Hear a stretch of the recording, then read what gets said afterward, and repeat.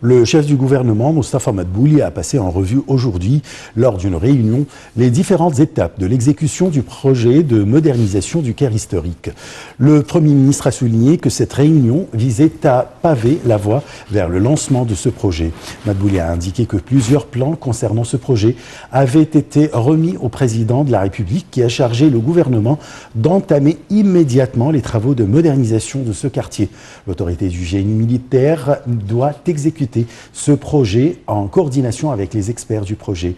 Le chef du gouvernement a à son tour chargé le gouverneur du Caire de déterminer les limites des quartiers qui seront développés et de recenser les installations et les propriétés à moderniser.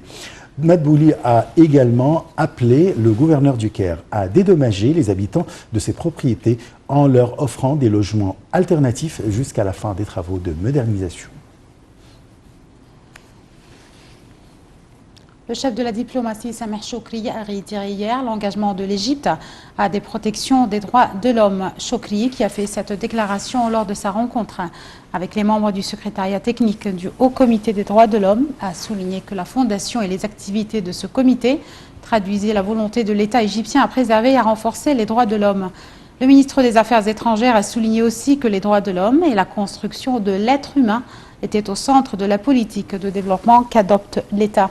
Sameh Choukri a indiqué que les efforts déployés par les appareils concernés à cet égard reflètent une conviction nationale bien ancrée, ajoutant que le processus de développement entrepris par le président Abdel Fattah al-Sisi avançait à pas ferme selon une vision globale qui prend en considération les droits de l'homme et répond aux aspirations des citoyens égyptiens.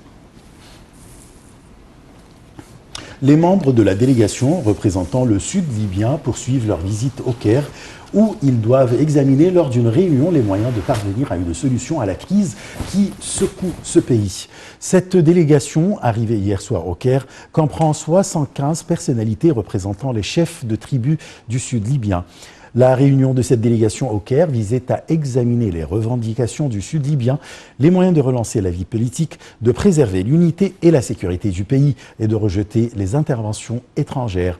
L'Égypte, qui abrite ces réunions pour 3 jours, a réitéré qu'elle allait œuvrer en vue de parvenir à des compréhensions et à une solution à la crise libyenne. L'Égypte a ajouté qu'elle allait présenter toutes sortes de soutien au sud libyen, indiquant qu'elle adoptait la même position à l'égard de toutes les parties.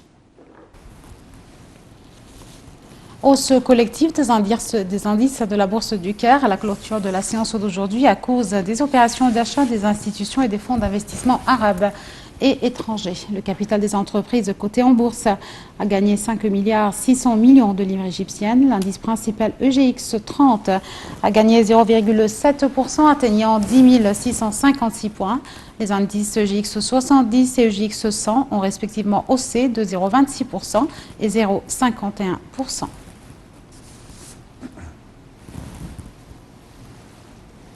Le Congrès américain a adopté hier, après d'âpres négociations, un texte octroyant au Soudan l'immunité légale